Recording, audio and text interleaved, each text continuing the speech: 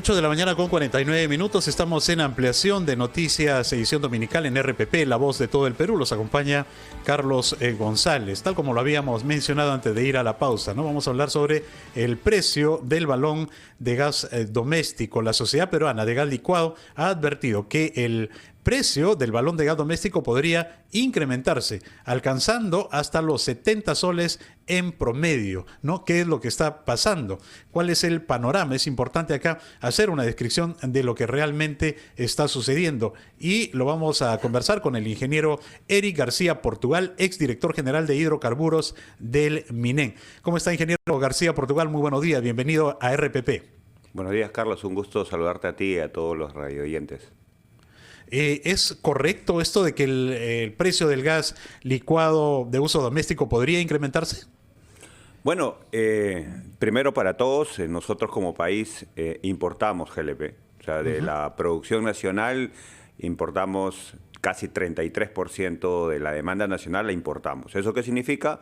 Que siempre vamos a depender de los precios internacionales, ¿no? Cada vez que suba el precio internacional, puede subir el precio en el país.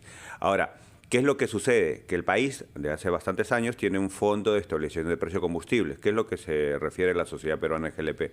Pero este fondo no es para bajar el precio, y eso hay que tenerlo claro. ¿Qué significa?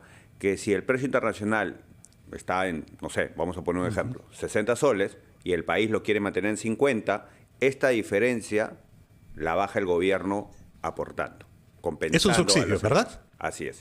Pero ¿qué pasa al revés? Que eso es un poco la queja de muchos usuarios. ¿Qué pasa si el precio internacional baja a 40?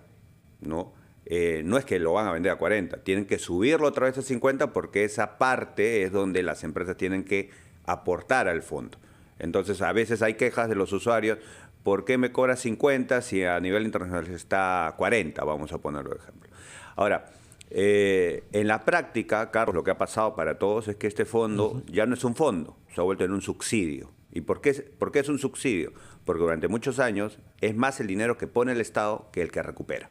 Es decir, o menos, casi no baja el precio, y tampoco baja mucho el precio porque la ayuda es en la venta de arriba, en el mayorista. Y en la cadena hay muchos agentes, entonces cada agente quiere tener un margen comercial y eso hace que el precio final al ama de casa suba.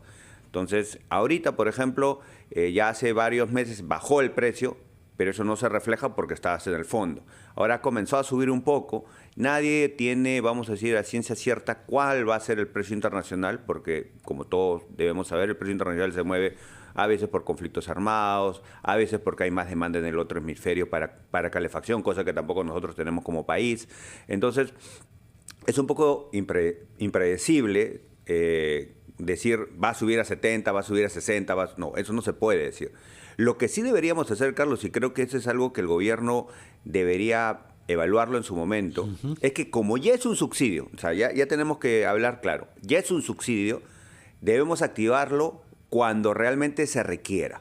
¿Y cuándo realmente se requiere? Cuando el precio está alto, ¿no? Cuando el precio internacional está muy alto, lo activas. Cuando baja, lo desactivas. ¿Para qué? Para que el Estado maneje eficientemente sus recursos. Ese es lo primero.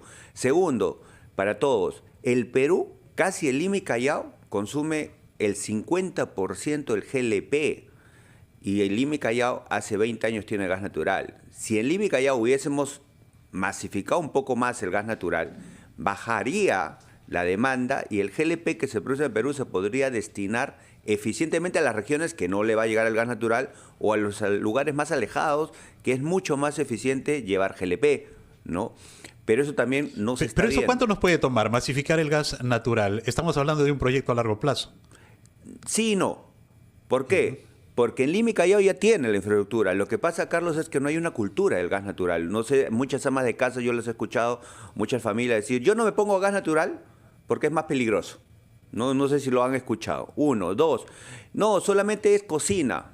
Ese es algo que no es correcto. Primero, el gas natural es un servicio público, es muy seguro, a diferencia del balón, que el balón hay que hacerle mantenimientos periódicos y nadie tiene a ciencia cierta que el balón que está en tu casa tenga el mantenimiento correcto, no, nadie lo sabe, ¿no? Y si explota el balón, y es un ejemplo sencillo, el balón acumula 30 días de cocina, vamos a ponerlo así.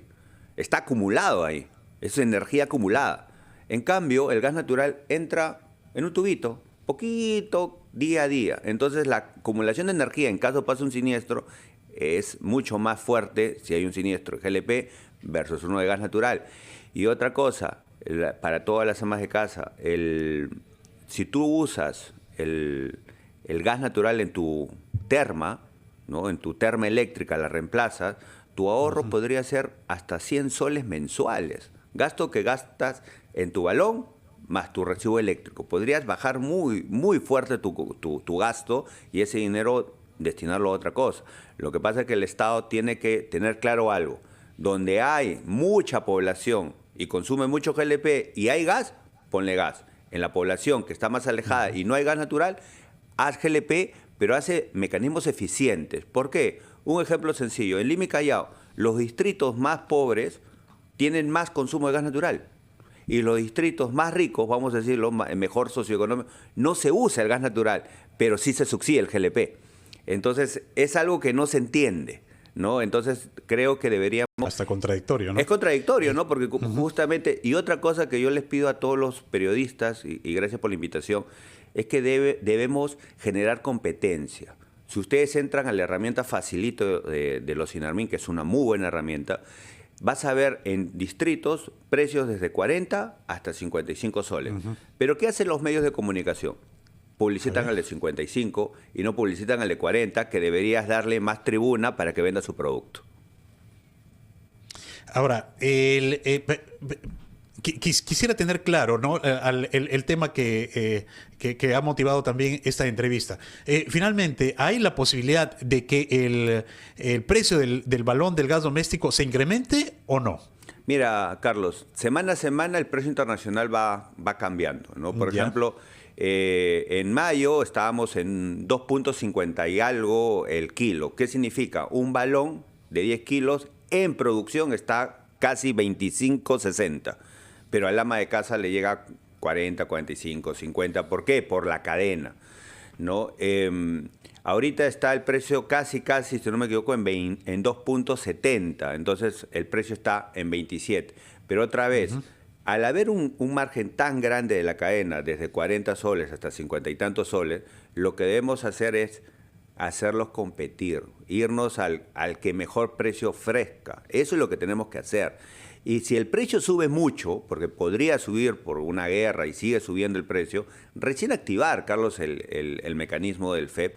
Y otra cosa, a las poblaciones más vulnerables ya hay un mecanismo del FICE, que capaz ese es el más correcto, ¿no? El mecanismo del FICE es llevarle GLP a la población que, vamos a decir, está con menos consumo energético, darle un vale. A la población más alejada hay que cambiar los esquemas, hay que llevarle el GLP, vamos a decir, el transporte, pagarlo o hacerle un tanque, una pequeña red. Tenemos que cambiar los modelos, ¿no? Entonces, ese es algo que el Estado debería coordinar. Acá no es un tema de cuál es mejor, el GLP o el gas natural. No, los dos son hidrocarburos que tiene el país, que van a tener cocina, calefacción, agua caliente, pero es ver dónde va cada uno y cómo se complementan. Eso es lo que deberíamos ver como Estado, ¿no? Y yo creo que bajando Lima y Callao podría sobrar un poco más de GLP para destinarlo a las regiones donde el gas natural en algunos sitios no está llegando y capaz no llegue porque no es tan eficiente por la poca población que se tiene. Ahora, ingeniero, usted proponía de que el Fondo de Estabilización de Precios de Combustible, cuando sube el precio internacional, se active y cuando baje, se desactive, ¿no? Que me parece una propuesta bien interesante, pero ¿por qué no lo hace el Estado? Bueno, ya ahorita, Carlos, ya desactivó el FEP, porque el precio todavía no está alto. Para mí está bien esa medida y que hagamos competir al mercado. Si el precio internacional se dispara mucho, actívenlo. Pero ahorita todavía está en estos márgenes, por eso encontramos precios. Carlos, entre a la herramienta de Facilito, lo que sí tendríamos que pedirle a los Sinarmin que supervise a los locales, que se actualicen los precios. Y yo les pido a todos los periodistas, publiciten al que menor vende. O sea, hagamos al revés. No publiciten al que mayor, al que mejor, al que más caro venda, porque al final, vamos a decir, estamos premiando al que más caro vende, y eso no es correcto, creo. Muy bien. Vamos a estar atentos entonces a ver qué es lo que sucede y sí, y correctamente pues está muy bien. Tenemos finalmente que difundir lo que más beneficia a la población y a los ciudadanos. Agradecemos al ingeniero Eric García Portugal, el director general de hidrocarburos del Ministerio de Energía y Minas, por su participación aquí en Ampliación de Noticias. Muchísimas gracias, ingeniero Eric García. No, gracias a ti. Buenos días. Muy buenos días, muy amable. 8 de la mañana con 50.